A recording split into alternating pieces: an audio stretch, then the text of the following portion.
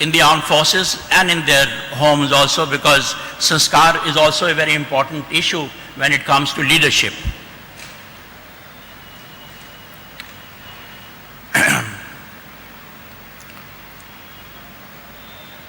In the army we say that it is always the man behind the gun that matters. What really it means is that you may have the best of technology with you, but if the man and his mind is not working, that technology cannot be used. So therefore, even in the new world, while we continue to emphasize the utility, the usefulness of technology, don't ever forget the human being, because it is that human being which will make use of technology and which will deliver. So between the gun and the man, it is always the man which is important, the man behind that gun. And it is said, if you have good human capital, victory and rewards will follow. Even Sun Tzu said something similar to that.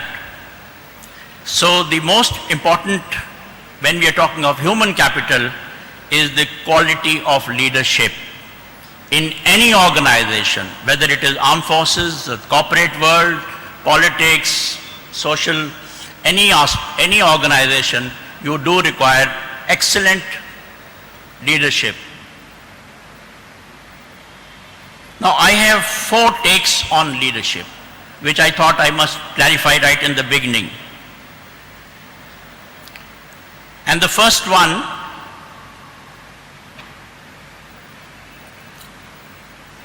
see, the technology even fails sometimes.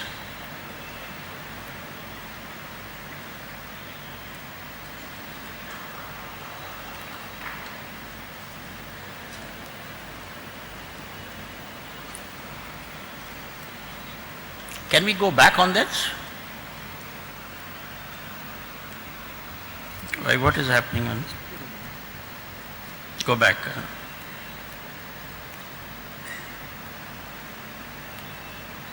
Yeah, thank you. Okay. Those 4 takes. First one is whether you lead 5 people or 5 million, the basics and the essentials of leadership are the same, they don't change. We have section commanders leading 10 men, we have company commander leading about 120 people, and we have the army chief who leads more than 1 million troops in war. But leadership qualities, the basics don't change. And that is why it is important for us to imbibe those basics in our young age. The second one, which is from a research done in Stanford University some years ago, and that says leadership is 12% knowledge and 88% dealing appropriately with people to get their best. So the knowledge is important, and we'll talk about this part little later also, but 88% is how you deal with people to be able to get the best from those people. And the third one is sound character. Don't ever forget, sound character is common to leadership in all fields of work.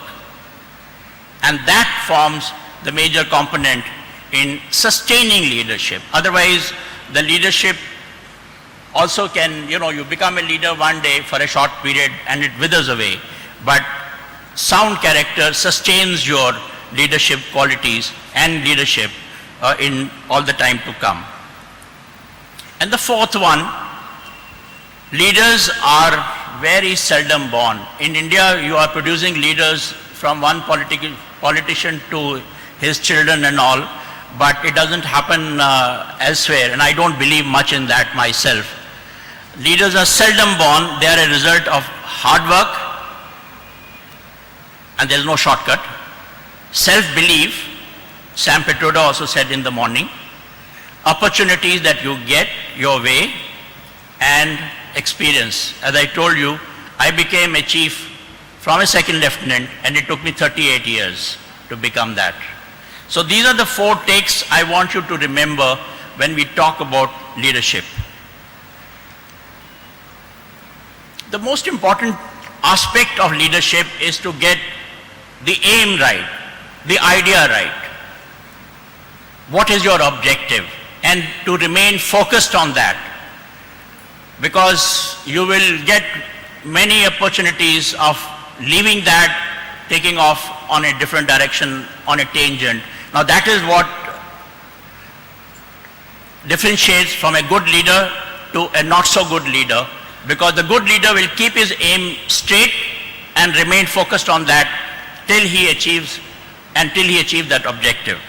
A successful leader has ideas, he knows what he wants all the time, and he remains focused on that and gets his team to implement them successfully.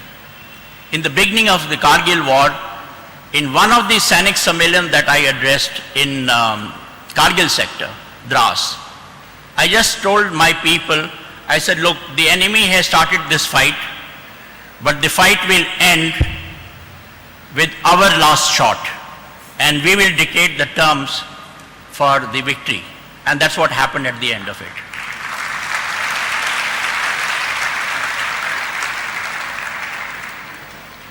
Now we talked about ethics, values, character, sound character earlier. I said one of the 4 traits we talk about. In that I include discipline, I include very high integrity, team spirit, dedication and duty, and moral courage.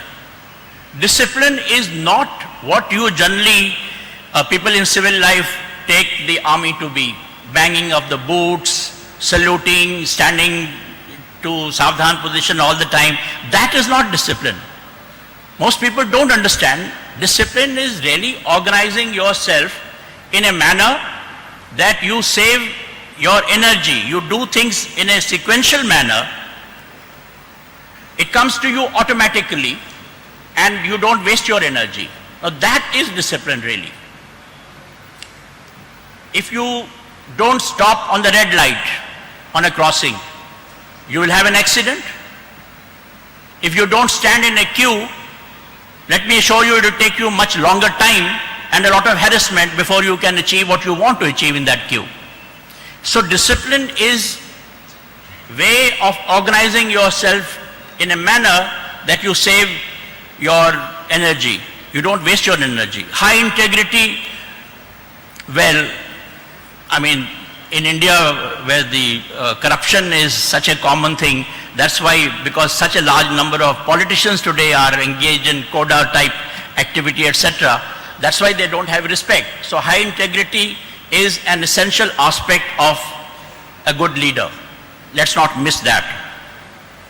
Team spirit is extremely important. No individual in any way, in any organization can achieve the aim that he has set. It has to be a team and you have to carry that team. We'll talk about this a little more, but the basic thing is that you must identify yourself fully with your colleagues and your organization. And this business of, somebody offers you 1,000 rupees more and you switch your jobs, I'm afraid it's not a very good practice. At least I don't look at it that way. Because, so team spirit is important. That just shows that you don't have that kind of team. You haven't been able to develop that team spirit. Dedication and duty, work with sincerity and commitment. There's a big message from Gita. I'm standing and speaking in front of Mr. Gucharan Das, who himself is an expert on Mahabharata, Gita, etc. But I think you learn all your important lessons of dedication and duty from Gita. Moral courage, you must uphold right values and principles, but the more important thing is that there will always be pressure on you. And if you can adhere to those, what you think is right, what you think is morally correct, now that is your test. And so therefore you must stay firm, have the moral courage even under pressure. That's the important aspect. This is a credo that I learned in my very young days when I was in Indian Military Academy. And just goes to show that the country comes first, your subordinate comes second, and you come last and every time. Even when I became a chief, This credo was there in my office all